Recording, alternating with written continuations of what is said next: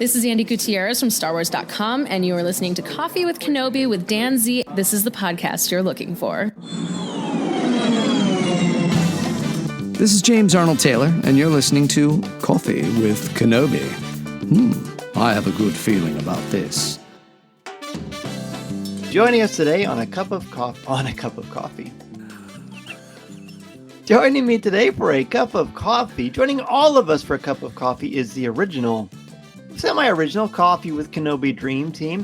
First, we're going to bring in our regular host for Mandalorian Conversation, Mr. Co-creator of Coffee with Kenobi, Corey Club.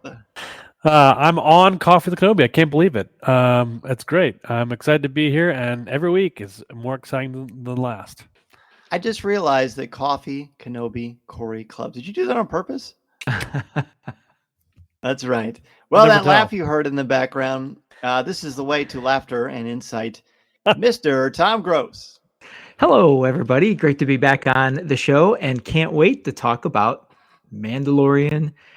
Woo! Looking forward to it. Let's do it. So this is the three of us, of course, host CWK Pour Over each and every week. If you are a member of the CWK Alliance, then you get a bonus show every week, video and audio. And if you're interested in learning more about it, go to coffeewithkenobi.com/CWK Alliance. Now, at the end of this conversation, if you think it was terrible, then just forget I said any of that. But I am optimistic. Yeah, sure. We're going to talk about The Convert, Chapter 19, the third episode in Season 3 of The Mandalorian. Gentlemen, as we do, we'll give one word to describe the episode, overall thoughts on it, and save our letter grade for the end of the show. Tom, I know you have a word for us already. Why don't you start it off? I do. I thought I had a word early on in the show, and then later on I changed it. Wait. I just used my word. My word is change. Lots and lots of things are happening in this show. Like This show I found to be one of the most, this was going to be my original word, interesting. This was the most interesting show. I found myself on the edge of the seat because I just really didn't know what was going on. We go to a new storyline and that I didn't know that I needed or was even looking for. But the episode hit me right at the start with a great sequence with Bo-Katan and the Mandalorian. Then we go to this new story, see some beautiful images of Coruscant and some things about Coruscant that we've never seen. And then we go back to the Mandalorian. What a marvelous episode. Loved it. Oh, good. All right. Corey, what about you? One word and overall thoughts. Yeah, my one word is thickening. Thickening. I can't use two words, so I use thickening. Okay. As if you're baking a cake, and it's no, that's right. Anyway, yes, thickening, as in the plot thickens. So the plot is thickening, and I was surprised with this episode because I kind of had forgotten about the goings on of season 1 and how that everything kind of came to be. And I guess I'd lost track back in like the Book of Boba Fett, because I feel like what are the mission is going on here? I know we talked about this last episode, was Mando's kind of achieved his goal, his mission of going off and being baptized in the waters again. I feel like, okay, we really got this, really made this very quickly, and now here we are. What's going to happen next? I think it was exciting. We were wondering, and I did not expect them to go back to kind of the origin, really, of where we kind of started with in season 1, and where we all kind of thought it might be heading. So yes, the plot thickens for sure. Was I that excited about, though, as Tom was? Not so much. I found some things that I felt were a little bit missing the mark, and but maybe that's just, again, hopefully I'm excited for the next episode, but I think that this one felt like a little dragging to me. Okay. My word is paradoxical. Paradoxical. Two things that are happening at the exact same time that are exact opposites of one another. Because we have two storylines, which is a fun paradoxical thing, but also not really. And I found myself alternatively really loving this and really not loving it at the exact same time. We'll get to that as we go along. I will say I did watch it twice today, really kind of flesh things out, and it absolutely benefited for me from a second viewing, and we'll sort of get into that. Well, let's just break it up into 3 sections. Well, actually, there's more than 3 sections, but let's take the opening sequence with Bo-Katan and Mandalorian. Now, I said last week, Corey, you may remember this, that I said, I think we're going to see a change with Bo-Katan at the end of the episode. She never takes off her helmet, and she doesn't take off her helmet here either. Right. So I wrote down, my first note was Bo knows, a little tribute to my favorite non-Chicago baseball player. But she's not going to share. Why do you think she's not sharing what happened? And how did you feel about that plot twist? Because it is sort of a twist. We definitely talked about this last episode, and that was running through my head the entire first part of this episode. Like, I was like, this is exactly what we talked about. Did Mandalorian see? Did Din, was he awake? Was he knocked out? Does he understand? And obviously, we find out in this first, conversation that he didn't know what was going on. She saw something, and she's keeping it to herself. And I know we talked last time, we weren't sure kind of how she's playing that. Was she looking to be, mix things up, if you will, or is she playing it straight? And I felt like she played it straight. She didn't really come out and say it, but also I didn't feel like she was trying to, misdirect or anything like that, right? So I felt like she completely misdirected. She didn't tell him. No, she went out of her way not to tell him. I understand that, but I'm saying like she's not doing it maliciously. Oh, that's what I'm trying to say. I feel like she's not there yet. She's gonna go and read the room to some degree. She's smarter than just showing her all her cards out in front. So, but to your point, I 100% thought she didn't take her helmet off yet. As she's quote been baptized, if you will, as well. I mean, we skip the not to skip forward, but like that's what we get. I really loved it that she is kind of the convert. That's why that the title just flashed in my head when I was like, oh, she's the convert, right? I mean, there's still a question mark. I think a little bit where she kind of her ramifications, her I don't know how to say this. Like, I'm losing my words, but her main objective, her mission, her objective, her. Well, I don't know if it's a mission anymore because she went into. She's a woman without a mission, I think. Well, she lost. I mean, we'll get to that. But go ahead, Tom. I want to make sure you have a chance. Yeah, Tom, what do you think about why she didn't reveal what happened? I believe that she doesn't. I think she's so hesitant. So juxtapose the end of the last episode with the beginning of this episode. She walks into this location, to the waters. She reads off of that plaque talking about how it's supposedly the lair of the mythosaur and all, and she kind of chuckles. She kind of like the teenager in a museum. Right. Yeah. And so now that she has experienced these things, she's been in the water. She saw what she saw. And I feel like the reason she's so hesitant, this is challenging her ideology. Yeah. This is like completely like, if she's going to make this change, this is what she's held onto for so many years. She says to the Mandalorian, you guys are an old fashioned, you are like radicals. You're the reason why Mandalore went to where it went. But now she's starting to see this. And while she doesn't want to give in yet, her actions are speaking louder than her words. You mentioned not removing the helmet, questioning, did you see anything? Did you see anything alive? And so she's just double checking herself, but she's not going to play her cards because that would be, I mean, think about it. You hold on to an ideology for so long. You've been sold into it for so long, and you've preached it and you prophesized it, and now you're not sure. I think that's why she holds out. I'm not sure. Even hearing both of your awesome insights, I'm still not sure what to think. I will say that out loud, I'm like, oh, geez, are we really doing this? I was frustrated. frustrated that she didn't tell him. You were right. Guess what I saw? I mean, this is Bo-Katan. She's a survivor. She's an adapter. Stubborn.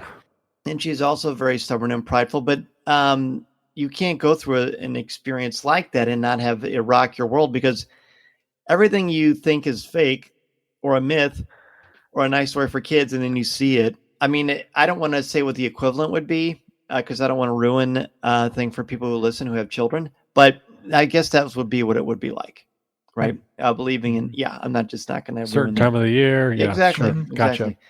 Gotcha. So that is fascinating to me. And part of me thought, is she keeping this for herself? Is she being selfish? Is she being malicious? I don't think she's being malicious, because I think she's saved him repeatedly and he has saved her.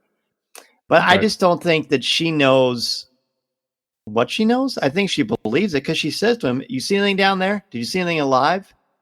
And he doesn't even bat an eye. If anything, he seems sort of annoyed. And then when they get it back in the ship and they're flying away, she says, I'm guessing you're not taking off that helmet anymore. And he says, this is the way. And she says back to him, this is the way. Yes. But when she said it a couple times before in season 2, it's very mocking. Yes. Or very snippy. And in this example, that is not the case at all. So do I think she's a full-on convert right away? I don't know. I think it's more possible than it's ever been. But then we have to ask ourselves, is that the way? Is that exactly what should happen? Like, is this should either of them even be following the way? I don't know. I'm really interested to see kind of where it goes. What do you think? Yeah, I'm glad you brought that up about her response when he says this is the way. And she adamantly kind of said back, this is the way, like agreeing with you. Yes, I agree with you.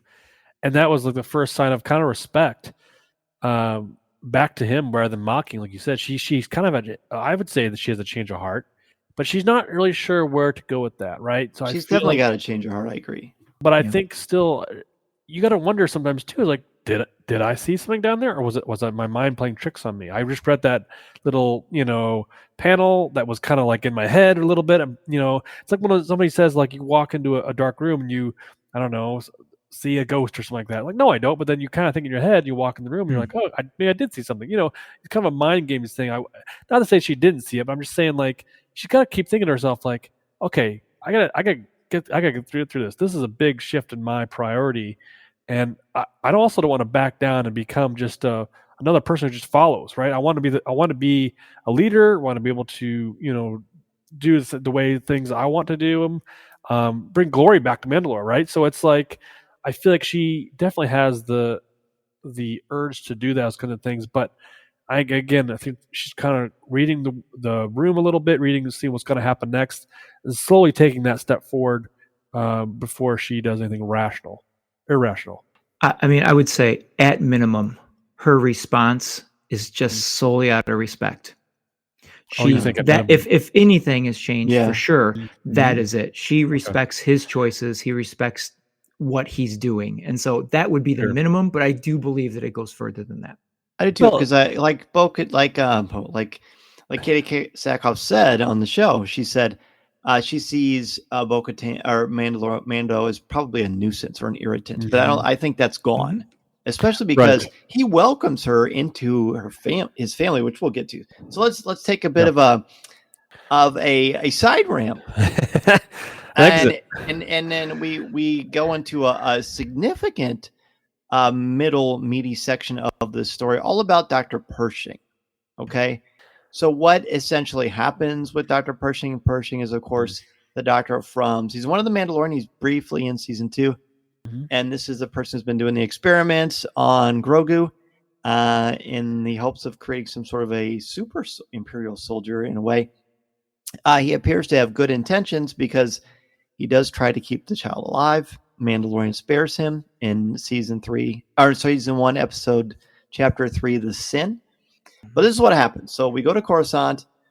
Dr. Pershing is in Coruscant. There's this great confession. I guess we'll just kind of start there. Talk about the confession, and then just being back on Coruscant. And it's just sort of him sort of explaining what he did and why he did it. I mean, it's hard. I don't know. Do we want to break it down beat by beat, or just want to kind of talk Well, about it's just his character. They kind of introduce us to him, right? So I feel like we get more backstory on him. Why he does have a soft heart. I think he's not malicious. He really does think he's doing good on either side. Like you said, he was careful with Grogu. He didn't want to harm him, and his reasoning was just for science, like for research. And he's looking to that was the whole his mother, his mother's struggles and things. And I felt like it was interesting that he was standing in that like kind of Coliseum style, or he was presenting something. But I thought, like, is he presenting to other people, or are people looking kind of down on him, like, hey, what are you going to do for us, type thing? And he's kind of like putting his best foot forward, like, oh, I'm a good person. Here's my reasoning for that. And we kind of get further into that episode where I felt like Dr. Pershing, like he's a good guy. I really truly think he is. Not that he's trying to save his wife. He says that her heart gave out, and that's what first moved him. I thought it was his mother. His mother. His mother. It doesn't say his mother. I thought it was his wife. Mm-hmm. No, it's his mother. Oh, okay. I guess that's pretty different.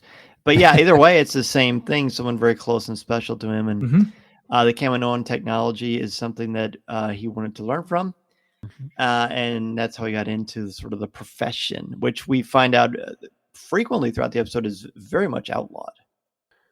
But you can zap someone's brain, but we'll get to that. Yeah, that's right. So, Corey, you mentioned the stage and the angle at which that speech is given. When I was watching that, the first thing that came to me was he's giving a TED Talk, and that made me think that the type of speech that he was giving was, I felt like I felt like it was an inspirational confession to an audience of Coruscant elite that wanted to see how has the Empire changed, or no, how have the people of the Empire changed, and how has the New Republic, made a change on the former Imperials.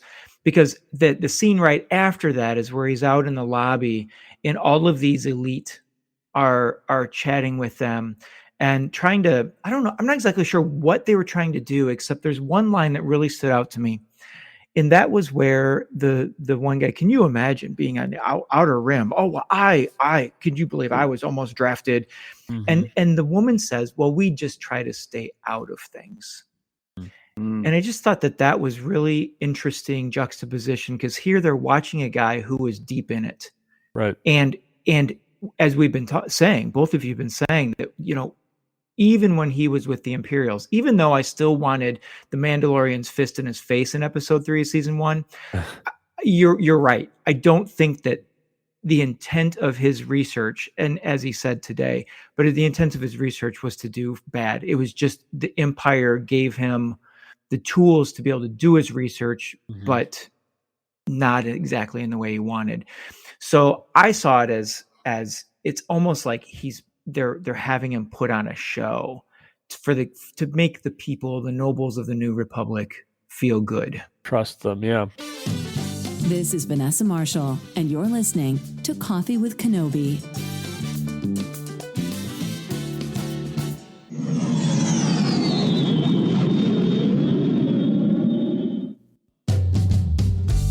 Yeah, well, it's almost like you worked for the Empire, you did bad business, and kind of like, what are you going to do? How are you going to basically, kind of like, I don't know, turn yourself around, right? It kind of seems like this is the whole thing is like kind of a rejuvenation process of these folks who have done bad things in the past. We kind of hear that from some other past Empire employees, and they're kind of mulling it over, and well, this is so bad, and this is better than the Empire. Well, of course it is, and they're just like, I feel like they're kind of trying to figure out, like, okay, I got fired from my job, I need to find another job.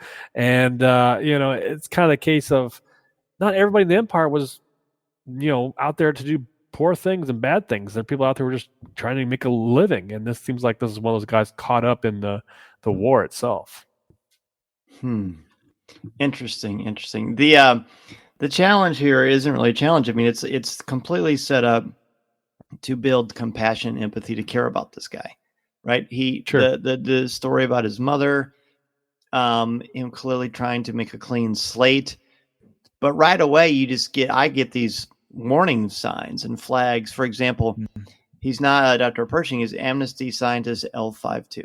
He goes to this like this dormitory of all these people who are being rehabilitated, which is an interesting idea, really. But they don't have names; they just have numbers, and that is obviously very clone or stormtrooper-ish. How could they not see that as a problem? I mean, are there no psychologists or psychiatrists that studied the Galactic Civil War? Plus, when he's greeted as he's leaving those chambers, it was nice to be back on Coruscant, and the music was cool, and some of it sounded like, classic stuff from Revenge of the Sith or Clone Wars. But even when everyone is greeting him and treating him like a hero or scientist and being like, oh gosh, Empire, Rebellion, New Republic is all the same. And you just kind of get this feeling that everything is artificial on this world. And again, like I said last week, the lack of depth of the volume is really affecting me.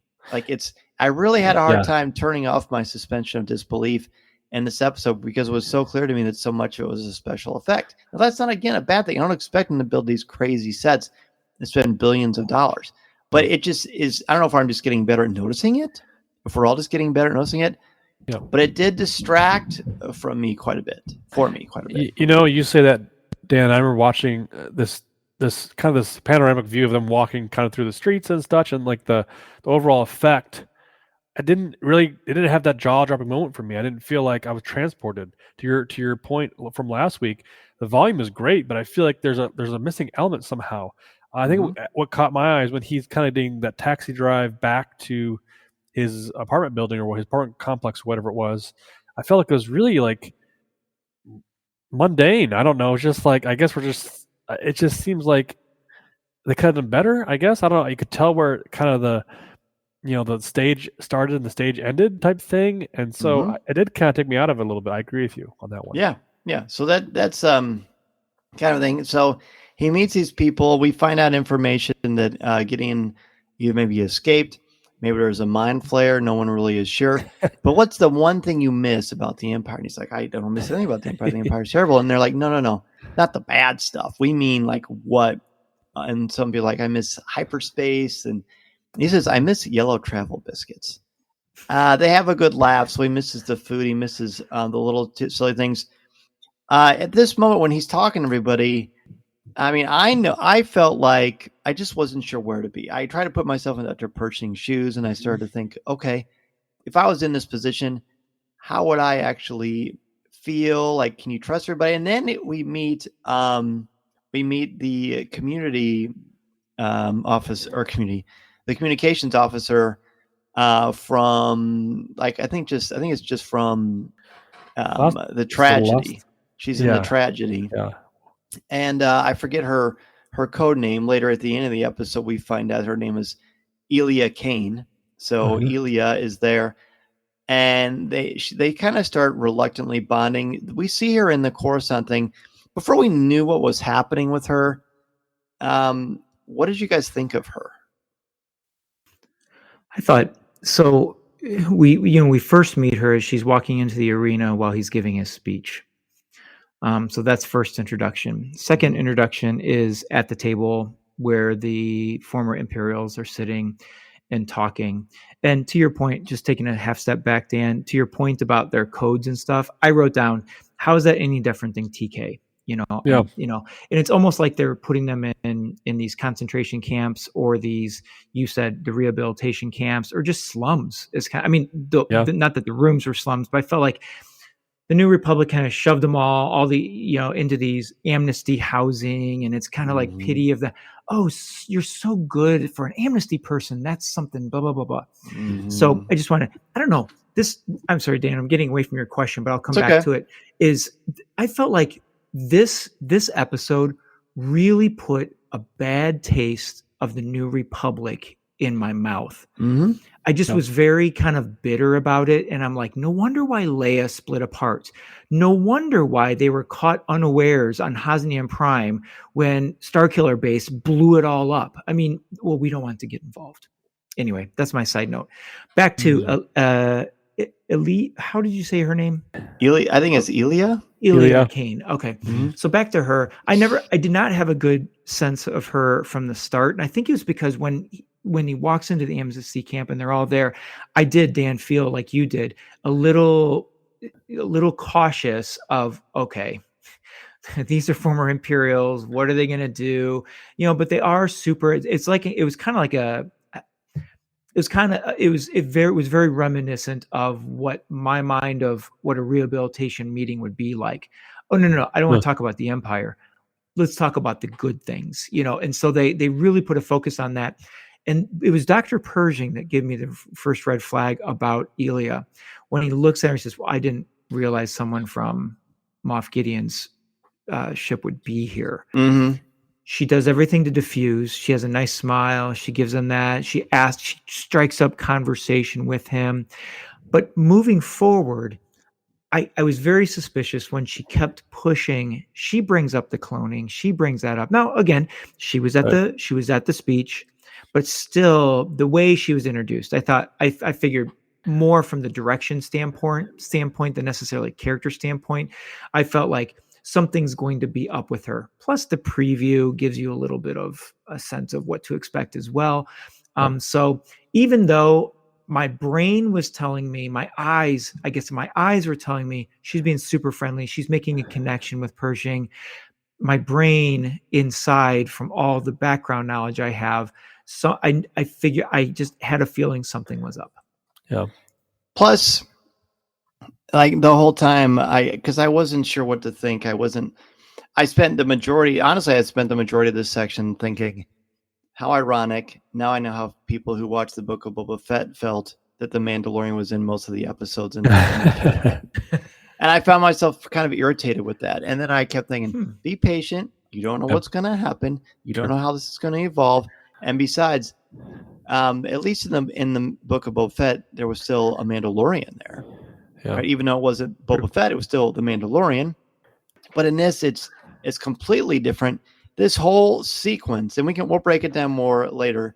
This entire sequence, it felt to me sort of like Andor meets the Mandalorian meets the Galactic Star Cruiser, actually, because all of the sets, all of the locations, especially his room, Mason and I kept saying, this looks like the Star Cruiser. This looks like the Star Cruiser. So kudos to them for that, because when you guys are with me, and a lot of our listeners are with us June 12th to the 14th at the Galactic Star Cruiser, you're going to feel like you're in this episode. And I really like that part. I'm not someone, I guess we'll just dump it all now. I'm not someone who subscribes to evaluating or judging or critiquing a story before I've read everything. This would be a lot like, this is an 8-chapter book. I just read chapter 3. So I'm not going to say it's a filler, it's bad, because I find that to be anti-intellectual, because we don't have all the information yet. But I will say that for me, I woke up like at 4:30 in the morning to watch The Mandalorian. And I didn't, and that's my fault. That was my choice. I will accept that. I will fall on my pulse rifle.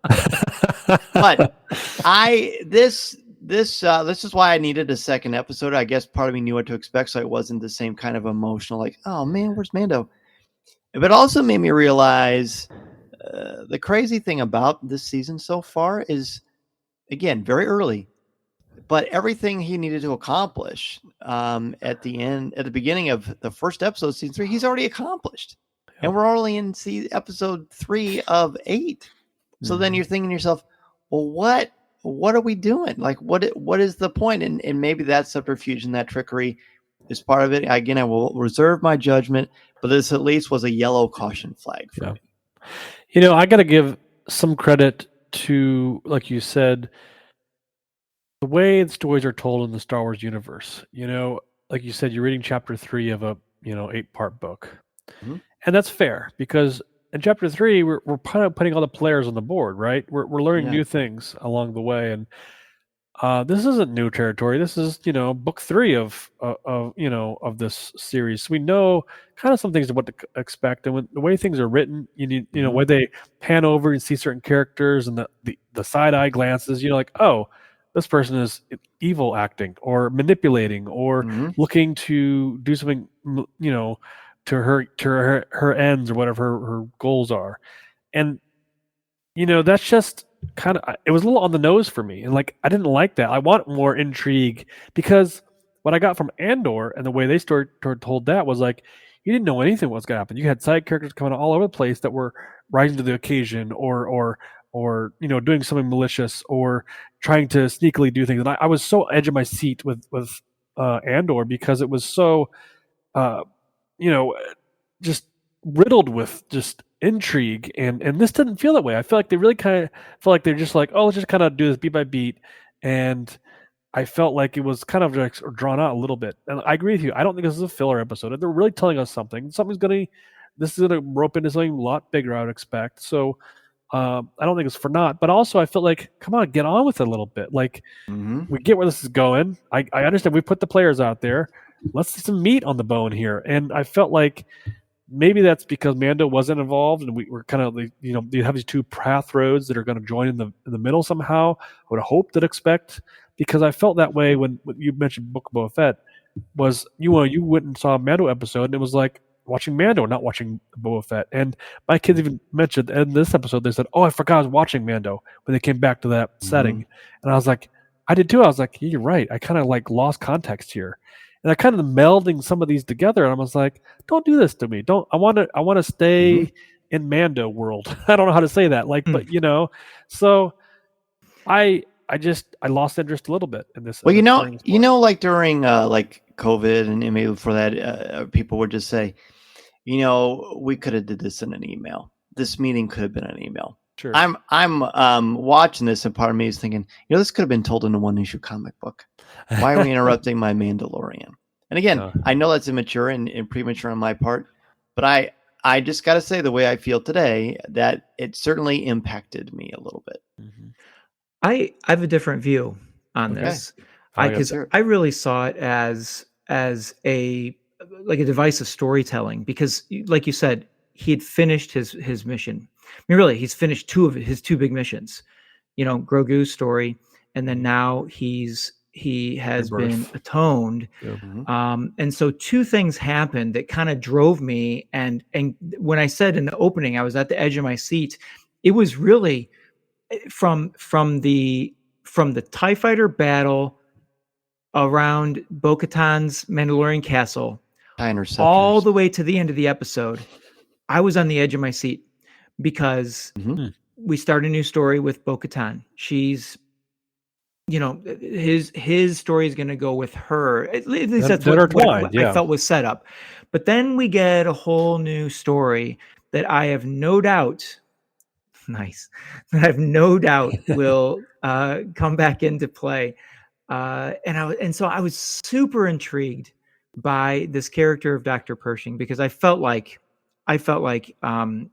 I don't know. I felt like it was a little unfinished story. But I didn't know that I wanted to get back to Dr. Pershing. So that's kind of why I was on the edge of the seat. I also appreciated some of the lore of Coruscant. Can I tell you how excited I was when they went and he says, "What's this rock?" That was cool. Top of a mountain? Peak of Umate, the highest mountain on Coruscant.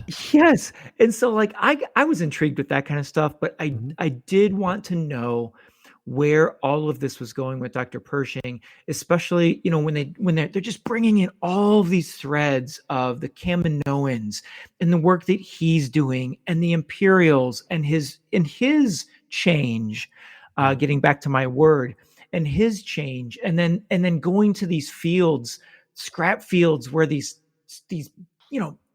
hundreds, dozens, I don't know, but several Star Destroyers are sitting there. That made me think of Jedi Fallen Lost, when Cal Kestis is going through, or is it Cal Kestis? Yeah, is going through all the destruction of things. Now that was Republic stuff, but the Star Destroyers remind me of all that. So I don't know. There's a lot in that story that was kind of auxiliary that really kept me into it. But I can't wait to see where this whole thing is going with, and find out how is Mandalorian going to be involved in the story of Dr. Pershing now. It didn't I was on the feel. edge of my It seemed seat. a little more real. It seemed a little more steeped in realism than the Mandalorian. Again, it felt more like Andor. Not in itself a bad thing, Right. But it's tonally, it's extraordinarily different, and like the artificialness of the New Republic and the fact that this brilliant scientist is being used like in a very menial. They even say, "Oh, I'm surprised you're down here. Why are they doing that?" And Pershing's like, "I'm just happy to do my part. Just want to serve the New Republic." But over time, he starts to see, and we start to see as an audience, that there's really not a lot of difference. They're not killing people, Right. but that you're just like a mindless drone and going through these menial tasks and in service of something that you have no actual say in. And there's a frustrating, like, I guess this is why the Galactic Civil War era and the growth of the rebellion is my favorite part of Star Wars, including the Clone Wars and stuff like that, because that's how Palpatine comes to power. But all this stuff with the New Republic and the sequel trilogy, while I enjoy much of it, this era of Star Wars frustrates me because the Empire's grasp was so horrible and horrific and so blatantly evil, but yet everybody makes the same mistakes. Now, I guess that's pretty accurate to real history. What's the saying? I don't want that. You know, history is doomed to repeat itself or something like that. No, it's the new boss, same as the old boss. Yeah. So that part frustrates me, but that's not a problem with this. None of my critiques are problems with the story or storytelling. I trust Dave Filoni. I trust Jon Favreau. I trust these brilliant minds and these creative wonderkins that can just enthrall me. But it was there. So it sounds like it bugged me more than either of you. But Corey, you were close to me. Yeah, I think I totally agree with what you're saying about it. It just felt like I want to see some people doing good because we've conquered the evil. The evil is gone now. We're trying to clean up our act, get them rehabilitated. Like, hey, we understand. We kind of captured you because you were doing bad things. Now we'll give you a chance to turn your life around, right? So, but then there's like, I got to go live in this apartment complex and just do menial tasks, and it's boring to me.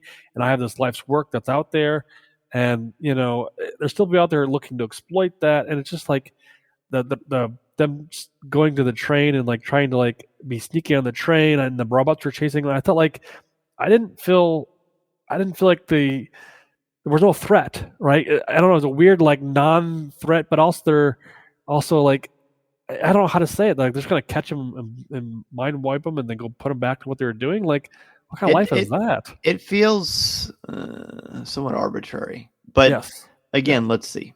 Tom, but it worked for you a little bit more, or no? No. Yeah. I mean, it worked for me. I'm glad. I mean, so like you said, Corey, at the beginning, you're looking forward to the next episode. That's what this one did for me. Like it set up some bowling pins that I can't wait to see where they go. Sure. I just hope Mandalorian's the one throwing the ball. That's a good point. And that we get that Star Wars fantasy element. Maybe that's my ultimate problem. It's a little too, like I said, a little too steeped in realism. But I think we've kind of belabored that a bit. Yeah. All right, so we get his mysterious package. He eats glowing ice cream. Oh my gosh! The peak of mate was cool because I just want to say real quick. Yeah, go ahead. I was just gonna say that whole sequence of eating the glowing popsicles or whatever the case is. Did they have grape? I hope not. That sounds disgusting. They don't have grape in space.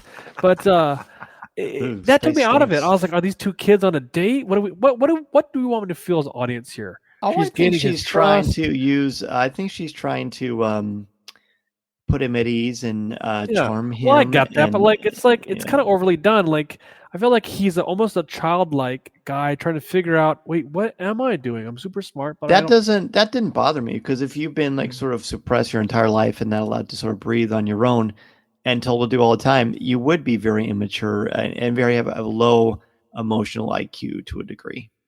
Possibly. Yeah. My other theory is maybe he's done this before.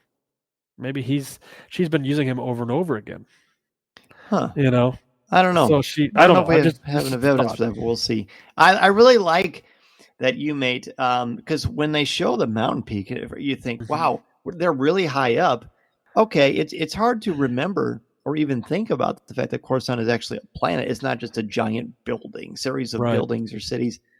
And I really like the symbolism here of beneath all this artificial and cold, sterile stuff, there's actually life, like Darth Vader was, like the galaxy was before all this tech and Imperial stuff took over, like Coruscant itself. There is a heart there, but they've done a lot to suppress it. And we see that with the New Republic. So I really like the metaphor of that. He wants to help the New Republic. I think the droid check-in stuff, it's no wonder he's got problems, and it's no wonder they're so nearsighted, because you have this droid checking and asking the same questions. Are you feeling stressed? Are you feeling angry? Blah, blah. When they show the droid, I didn't notice it the first time. Watch it the second time. The droid has no legs. It just sits there at the table all the time. It's just from a torso to the top. So it's so artificial that they don't even pretend to give it a look of humanity. Or doesn't the New Republic have enough human beings? Well, so I thought too, like or sentient beings that can actually talk to you, human to give human. Give me somebody I can talk to. Yeah. Yeah. If you need rehabilitation or to be helped, you don't talk to a cold, lifeless droid who has no soul or conscience and it's just a program. Like, how demeaning. So even though he's supposed to be liberated and changed, they're in many ways just as bad or worse than the Empire, because they're not the human element, the compassionate, empathetic part. That's gone. And every time you notice, he does it twice in the episode. Whenever something is bothering him emotionally, he touches his, I think it's his left ear. Is it his left ear or his right ear? Right ear. It's his right ear. Yeah. Yeah. I don't know. What do you? Anything you want to add to that? I was just going to say, it goes back to the bad taste of the New Republic, because everything to me that's very symbolic of the way they're treating them. It's all very artificial. Yep. They're giving them a new life. No, they're not. They're calling them by code names. They're giving them fake psychologists. They're trapping them. She says, well, we're going to have to leave get out of our like zone of protection or whatever it was to go to where they want to. Like, they don't have the freedom to go where they want to go. Right. And so to me, that psychologist robot is very just indicative of how artificial they're being treated. Agreed. Very much agree. So through this thing, he decides he shows up at her apartment and he decides, all right, I want to do this. I've got to make up for, I've got to take that risk. I think she says that. He looks in the mirror before leaving and he's got a different costume on. And the music that plays sounds very Imperial. It sounds like the opera scene in Revenge of the Sith, that ominous, like that music that's on in the background. It shows you something bad's happening. They have an exciting train escape. You see the Star Destroyer, and then he goes into the lab, and they finally introduce themselves. I'm Elia Kane, communications officer. I'm Dr. Penn Pershing, scientist. They take a few things. She asks him some kind of leading questions, and the spider sense starts to tingle as a viewer. You hear some noises in the background. I expected Moff Gideon to walk in. I did too. Surprise! And she's working with him. I really thought that was going to happen. But then he's betrayed. The New Republic shows up with their copters that look like they're right from Canto Bight. Yeah. Yeah, that's right. And then he's strapped to a mind flayer. Okay, can I stop? Can I pause there for a second? When they get stopped, and then the spotlight's on them, I was like, oh, they got caught. And I thought, okay, maybe they are together. They're gonna get caught and be put in jail, right? Well, then she turns on him, and I thought, now wait a minute, what is her rank and status in this rehabilitation? Do they trust her more? Because it wasn't really clear necessarily, because they live in the same complex.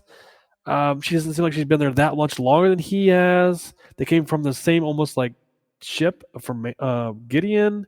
So they're not that far removed from each other, right? They're almost like, hey, we used to work together, right? Yeah, as a friend from work, It's like, it seems like, I guess I want to say there's maybe something else going on, but maybe beyond her.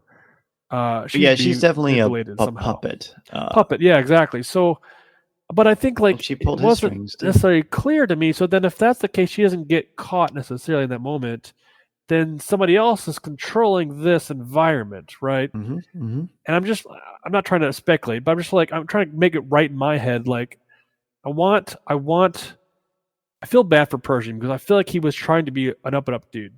And in the end, he gets the Mind Flayer, which I have a challenge on that beat. Super Mind Flayer, frustrating. hello. Can we get another name somewhere from Star Wars anywhere?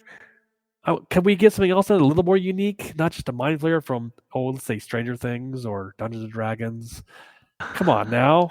Let's use our creative they all do. muscles. It becomes like a noun, right? I mean, it's like not a comment. But Not they didn't call it a proper noun, Mind but a Flayer. common That noun. was a street term, right? He says it's a Mind Flayer. 602 mitigator. You're going to get some he knew pleasant exactly. tones, Yeah. some light buzzing, a nice little sense of relief. Yeah. Again, what I'm thinking is, where is Leia? Where's Bail? Well, Bail's Yes, gone. He's gone.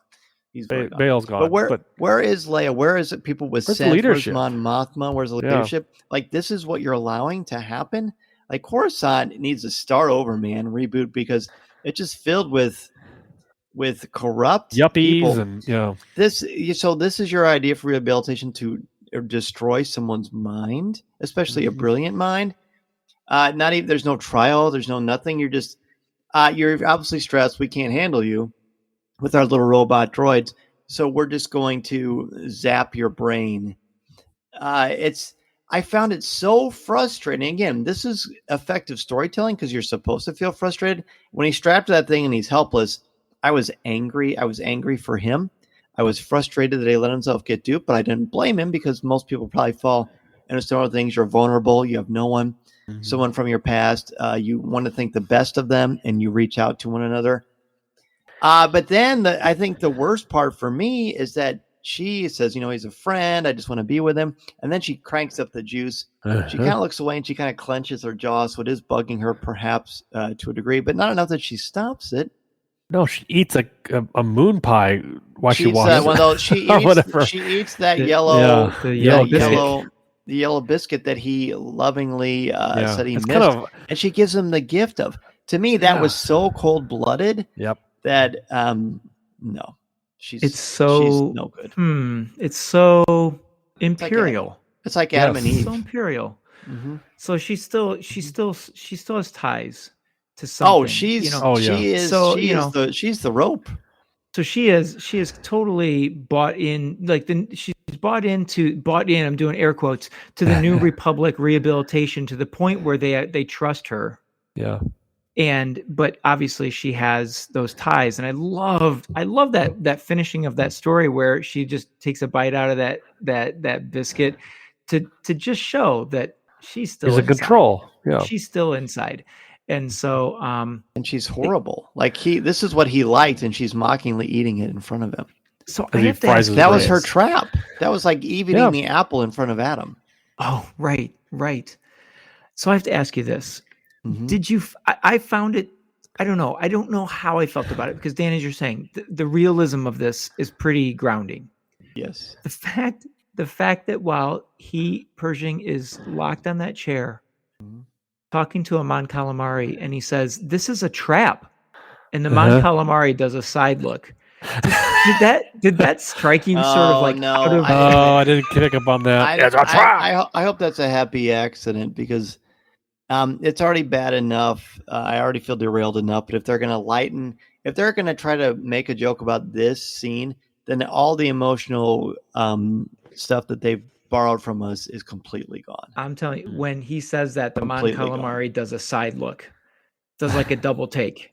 Watch it again. He does a double take. No, that's how I caught that. I was like, wait. Then it makes my grade. I just lowered my letter grade by a complete letter because if they're not going to take it seriously, then why should we take it seriously? Sure, exactly. I know it. I was taken aback by that. Yeah, I don't blame you. I'm taken aback by it too. For every failure, there is a success. So he's automatically a failure, according to the New Republic. Again, New Republic, what a pain in the butt. Like, get on with this. Let's just go hang out with Luke. This program sucks. Yeah, it's frustrating. So let's talk about. Go ahead. No wonder Leia and Mon Mothma split away. Exactly. Yeah, well, think about that they're though. Like, decommissioning the did they- rebel fleet. Like, why are you doing that? Why don't you keep those ships? Like, won't you Yes. need them? But no, they, as we know in a lot of the sequel trilogy books, they don't want to have a military. They think it will cause problems. Mhm. I don't know. It seems weird that like Mm. this. It's like they don't know what to do. They don't know how to run the galaxy because. But they think they do, and that's even Well, worse. you said that Leia kind of ran off and did her own thing, but like, Much later. is that? I guess because it wasn't going according to plan to begin with, or did something fail? You just like I don't know. No, Just they think it's perfectly going to plan, and that's part of the problem. They're completely lacking in self-awareness. So they're almost like the Empire in another way, where it's like, Mhm. oh, they should assume everything's going well, all these plans. There'll be no rebellion. It's fine. Right. Yeah, super irritating. Hmm. All right, so then we go back to Mando, and I Mhm. keep checking. I keep pausing my Apple TV, looking at the time. How much time's left? How much? Time Okay, left? I 100% did the same thing. They would kind of darken out a screen and they'd come back in. I was like, oh, I was waiting for the words to pop up and boom, boom, boom, boom, boom, boom, boom, boom, boom, boom. And I was like, oh my goodness, this is either the longest episode ever or they're just trying to trick me. But I felt that same way, Dan. Yep, it's true. How long was it? It was like 58 minutes. It was Okay, pretty so long. The it episode's was 58 minutes it long. was It's a a much little longer longer. episode. Okay, yeah. Yeah. So here's a quick thing that happens. The Mando and Bo go to the Mandalorian covert. And then Paz Vizsla shows up and he's like, nah, the mines were collapsed, the planet is cursed, and Din says, no, that was lies meant to keep us in exile. We've been in living waters, we'll see. The armorer tests the water and asks if either of them moved, taking off their helmets. They say nope.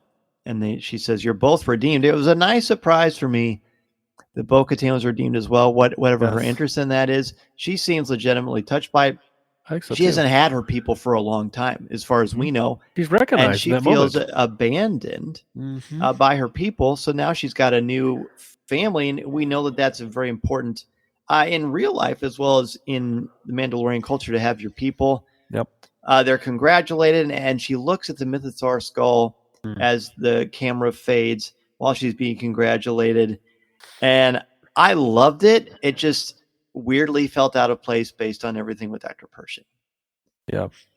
And again, so everything that's been accomplished from the beginning of the first episode of season 3. Well, okay, what do we do now? I like not knowing, but I don't know. There's something unsettling. I don't know. I don't know what it is. You know, and you mentioned Gideon showing up at that he wanting to walk out of the shadows to be like, "Whoa, I'm back," And I part of me hopes that's not true. I want to see a bigger force at work here, and that I want to see it tie into Mandalorian, and they have to do something about it, right?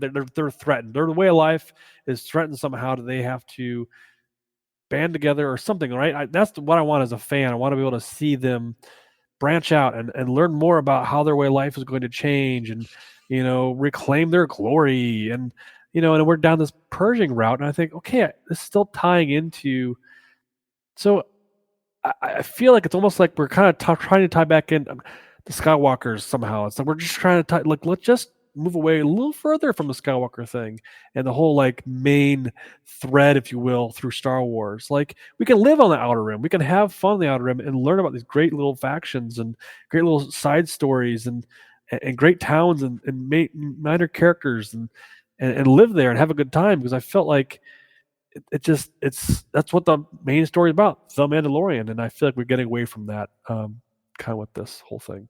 See, Coruscant is cool. I've always been intrigued by it. It's never been anywhere near my top favorite planets, but I've always appreciated the narratives pull that it has and the gravitas and the weight it has in the storyline. I don't know. As we've been talking about this and looking at there's two threads that seem to be going on here now. And so you've got a thread with Mandalorians. You've got Bo-Katan being reunited with the clan, the This Is the Way clan of the Armorers clan, and she's Children very of the Watch. Children of the Watch. So Bo-Katan is very driven, and the Children of the Watch are very seemingly content to just stay hidden and stay safe. And so I see I see a change there that something's going to happen in that route. And then the other side with Pershing seems like it's going to, and I'm not trying to speculate here, but I'm just trying to make sense of this, Sure. that it's going to turn into an Imperial story.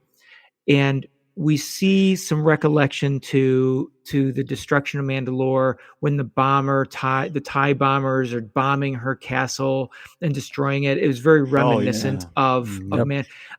It just seems to me that a conflict is setting up between two larger entities than the characters themselves.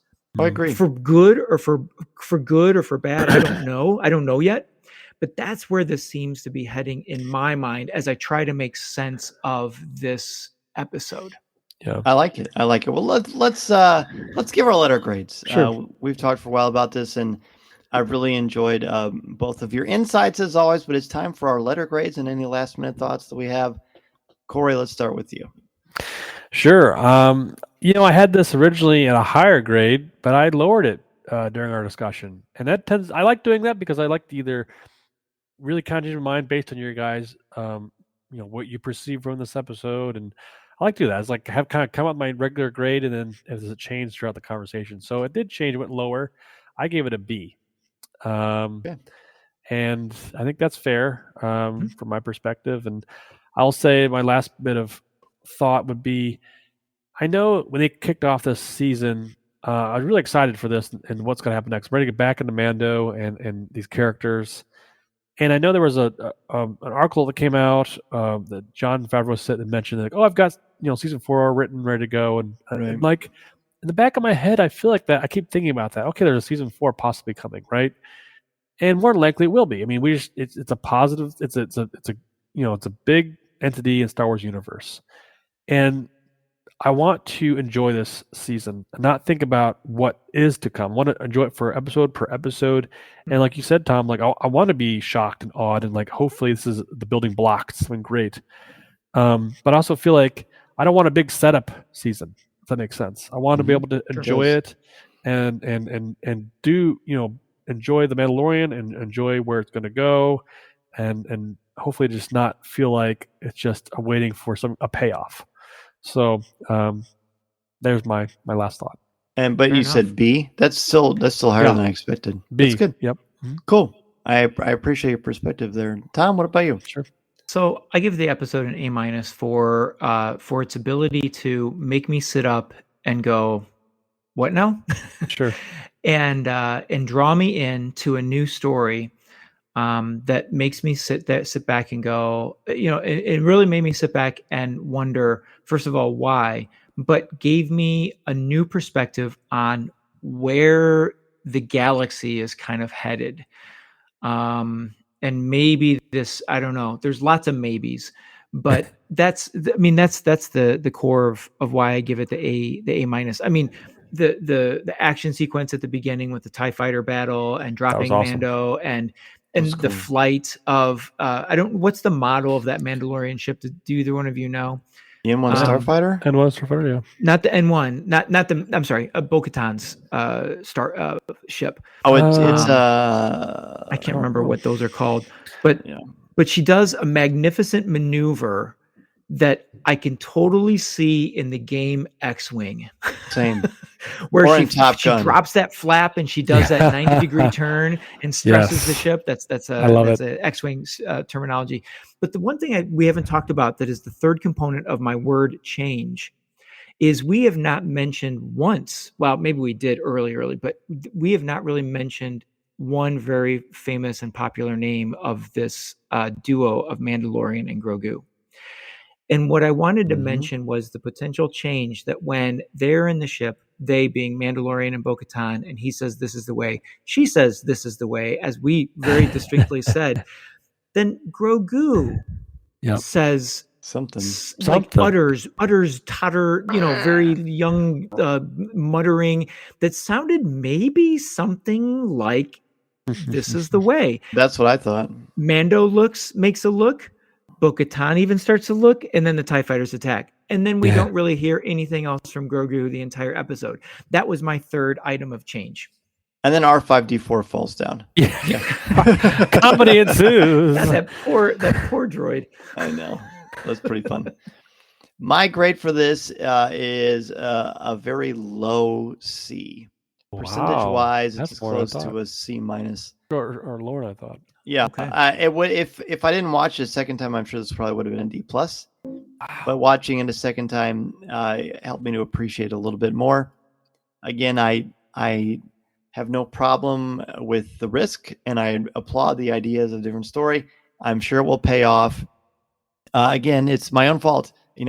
Expectation without regulation equals constipation, and I got myself a little constipated, hoping for something different. And part of it is my frustration with where are we going with the story? I thought I knew, and now I don't. I don't have to know. I don't want to know, Sure.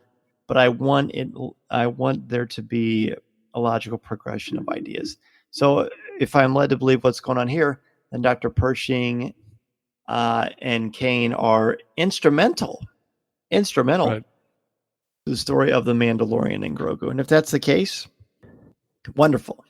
So I will wait and see. Hopefully, after we finish with this season, I'll have a different opinion of it. But you're not gonna. Everything's not going to be an A. I mean, at least it's not Sure. going to be an A for me. And I do kind of agree with you, Corey, that part of me wishes I didn't know there was going to be a season 4, because there's an immediacy to this. Yeah. And without that, I sort of have a safety net now. And I rather that's one of the things I liked about Rebels. I didn't know the fate of any of these characters. So we still don't know, but now we've got more time. What's interesting is I was more excited for Andor each week. And you kind of know how that's going to end, right? You kind of know the ending on that.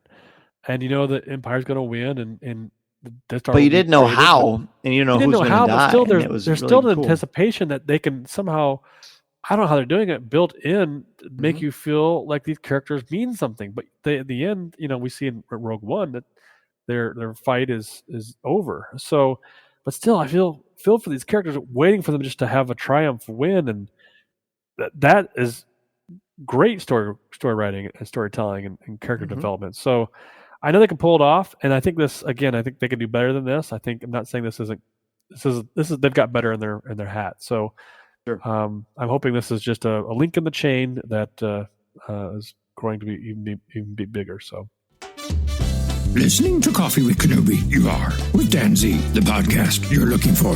This is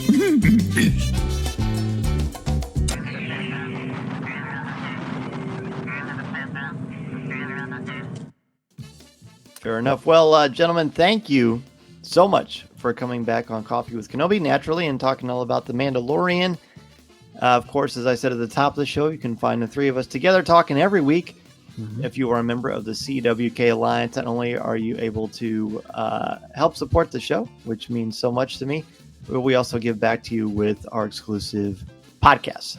Tom, thank you again for being back on the show. Please let everybody know where they can find you and what's going on with your amazing podcast, Teachers in the Dungeon. Oh, yes. Well, to talk Star Wars, catch up with me on Twitter at Draftline, DRAFTLINE. And my show, Teachers in the Dungeon, we are about to head to GaryCon, and we'll meet some people there, some friends. We'll play lots of games, and so you can catch, and it's actually coming up soon, next week. So you can catch our recaps of the fun days at GaryCon and all the shenanigans that we've got going on there. But yeah, for some Dungeons and Dragons fun, come check us out. And Corey, tell us what is going on in the world of Corey Club and where people can reach out to you. Absolutely. If you want to reach out to me and tell me your favorite Mandalorian snack, I feel like each episode has a snack. You notice that something's a little nibble, a little crunch. Let me know your favorite snack. I'm on Twitter at Corey Club, or if you've got a list of snacks, you are ranking them. Love to hear that too. You can email me CoreyC@coffeewithkenobi.com. Nice.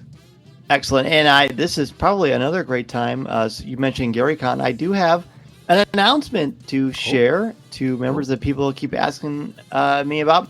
Not only will I be at Star Wars Celebration Europe, but I will be hosting a live podcast on the HoloNet News stage. That is Room 14. Wow. That is on April 7th. 1600 to 1700 hours is the time. That is 4 o'clock to 5 o'clock on the first day of the show. That is that Friday. So I'm very much looking forward to that, and I hope to see all of you there in the audience, and I will have 2 action figures of Corey and Tom up there, and I will have them joining me as well. Thanks again for joining us. Be sure to get your top 5 ready for this and the latest episode of The Bad Batch, and chat with me on Tuesday night at 7 o'clock p.m. Central Standard Time. On behalf of myself, Tom Gross, and Corey Clubb, thank you so much for joining us, everybody. And remember, this is the podcast you're looking for.